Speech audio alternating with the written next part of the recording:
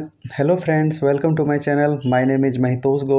दोस्तों, मैंने अपने यूट्यूब चैनल में लास्ट टाइम एक वीडियो अपलोड किया था। उस वीडियो में मैंने अपना इंट्रोडक्शन और मेरा जो भी एक्सपीरियंस रहा डिप्लोमा पास आउट करने के बाद से लेकर के गवर्नमेंट जॉब तक का सफ़र, कैसे मुझे गवर्नमेंट जॉब मिला और गवर्नमेंट जॉब में डिप्लोमा स्टूडेंट का कहाँ कहाँ स्कोप है, इसके बारे में भी मैं बताया।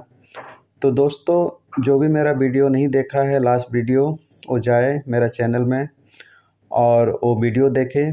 उससे आपको क्या है कि थोड़ा बहुत मोटिवेशन मिलेगा तैयारी करने का और आपको एक आइडिया भी आ जाएगा कि गवर्नमेंट जॉब में कहाँ कहाँ स्कोप है डिप्लोमा स्टूडेंट का, कहाँ कहाँ फॉर्म अप्लाई कर सकते हैं। तो दोस्तों, आज का वीडियो में मैं आपको बताऊंगा कि आपको तैयारी कैसे करना है, क्या क्या चीज़ पे आपको फोकस करना है और किस तरह से अपना प्रिपरेशन करना है। तो देखिए, आपको घबराना नहीं है। सबसे पहले आप अपना स्टडी बेसिक से चालू कीजिए और धीरे धीरे जैसे जैसे आप स्टडी करेंगे, टाइम देंगे, तो आपका लेवल जो है बिल्डअप होने लगेगा। दोस्तों, आप अगर मैकेनिकल से डिप्लोमा किए हैं तो उसमें आपको मालूम ही है, जो भी आप डिप्लोमा में टेक्निकल सब्जेक्ट पढ़ते हैं, जैसे फ्लूइड मैकेनिक्स हो गया, थर्मल इंजीनियरिंग हो गया, स्ट्रेंथ ऑफ मटेरियल हो गया, थ्योरी मशीन हो गया, प्रोडक्शन इंजीनियरिंग हो गया, वर्कशॉप टेक्नोलॉजी हो गया, मशीन डिज़ाइन हो गया, और भी बहुत सारे टेक्निकल सब्जेक्ट हैं। तो टेक्निकल में जो भी क्वेश्चन आते हैं, जो भी आप सब्जेक्ट पढ़े हैं उसी से आता है।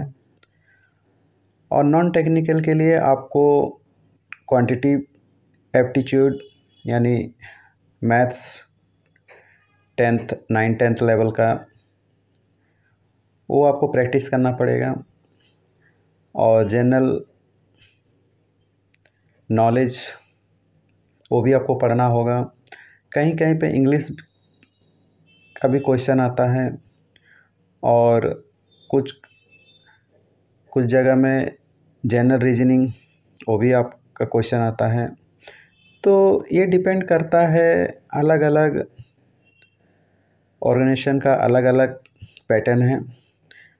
सेल में अगर आप फॉर्म अप्लाई करते हैं तो सेल का अलग पैटर्न है। एनटीपीसी में अगर आप अप्लाई करते हैं तो एनटीपीसी का अपना अलग पैटर्न है। डीआरडीओ में अगर आप अप्लाई करते हैं तो डीआरडीओ का अपना अलग पैटर्न है। सो सबका रिटन टेस्ट का जो भी पैटर्न है वो अलग अलग होता है, बट दो चीज़ कॉमन रहता है, एक है टेक्निकल और एक है नॉन टेक्निकल। टेक्निकल में आपको मैकेनिकल में जो भी आप सब्जेक्ट पढ़े हैं डिप्लोमा में, उसी सब्जेक्ट से रिलेटेड क्वेश्चन आता है।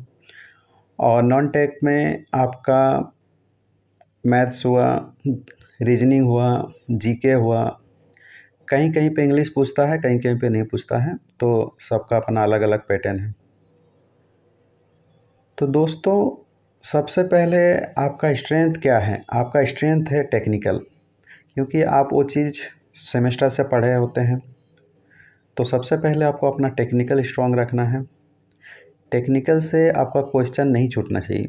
मैक्सिमम नंबर ऑफ़ क्वेश्चन जो है आपका सही होना चाहिए। उसके बाद जैसे आप टेक्निकल स्ट्रॉन्ग करेंगे तो आपको फिर नॉन टेक में थोड़ा ध्यान देना पड़ेगा। ऐसा नहीं है कि सिर्फ आप टेक्निकल में ही ध्यान देंगे और नॉन टेक में ध्यान नहीं देंगे, तो फिर इसमें क्या आपका प्रॉब्लम होगा कि टेक्निकल में तो आप बहुत अच्छा परफॉर्मेंस करेंगे, बट नॉन टेक की वजह से आपका सिलेक्शन रुक जाएगा, जो कि मेरे साथ भी हुआ। इसे मैं जब तैयारी कर रहा था तो टेक्निकल में ही मैं ज़्यादा ध्यान देता था, जिसके वजह से बहुत सारा ऐसे एग्ज़ाम था जिसमें टेक्निकल में बहुत अच्छा मार्क्स आ जाता था, बट नॉन टेक के चलते मेरा मार्क्स जो है कम हो जाता था और सिलेक्शन 2 नंबर 3 नंबर 1 नंबर के चलते नहीं हो पाता था। सो दोस्तों, इसीलिए आपको दोनों चीज़ पे फोकस करना है। आपको बेसिक से चालू करना पड़ेगा। पहले टेक्निकल स्ट्रॉन्ग कीजिए, पैरेलली हो सके तो नॉन टेक भी थोड़ा थोड़ा करके अपना इम्प्रूव कीजिए। पहले इस वीडियो में मैं बता चुका हूँ कि सबका अपना अलग अलग पैटर्न है, बट 2 चीज़ कॉमन है, जैसे कि टेक्निकल और नॉन टेक्निकल आपका आएगा। दोस्तों, किसी किसी में क्या होता है कि आपको टायर 1 टायर 2 एग्ज़ाम देना पड़ेगा। जैसे DRDO हो गया, इसमें आपको टायर 1 टायर 2 देना पड़ेगा। उसी तरह से आपका रेलवे JEE में भी होता है, उसमें भी टायर 1 टायर 2 एग्ज़ाम देना पड़ेगा। तो जैसे किसी में टायर 1 में नॉन टेक्निकल पूछ दिया, फिर नॉन टेक्निकल बेसिस पे वो शॉर्ट लिस्ट करेगा। उसके बाद जो भी शॉर्ट लिस्ट कैंडिडेट होगा उसको उसके लिए फिर अलग से टायर 2 एग्ज़ाम रखा जाता है, उसमें टेक्निकल हो सकता है। किसी किसी एग्ज़ाम में टेक्निकल टायर 1 में पूछ लिया जाता है, टायर 2 में नॉन टेक्निकल पूछ लिया जाता है। उसके बाद दोनों का टायर 1 टायर 2 को मिला करके मेरिट लिस्ट बनाया जाता है। तो दोस्तों, इसमें आपको घबराना नहीं है, आपको बेसिक से चालू करना है और धीरे धीरे टेक्निकल को सबसे पहले स्ट्रॉन्ग करना है। उसके बाद उसके साथ साथ नॉन टेक में भी ध्यान देना है। तो इसमें कोई घबराने का ज़रूरत नहीं है। आप धीरे धीरे अपने आप को इम्प्रूव करेंगे जैसे जैसे आप पढ़ेंगे। तो दोस्तों, इस वीडियो को बनाने में मेरा यही मोटिव है कि आप लोग को जानकारी हो, कम से कम ये जानकारी होना चाहिए कि किस तरह का क्वेश्चन पूछा जाता है, क्या क्या कैसे पैटर्न रहता है। दोस्तों, अगर मेरा वीडियो अच्छा लगा तो ज़्यादा से ज़्यादा शेयर कीजिए, ताकि ज़्यादा से ज़्यादा स्टूडेंट तक पहुंच सके और उनको भी जानकारी मिल सके। Thank you for watching my video. Thank you.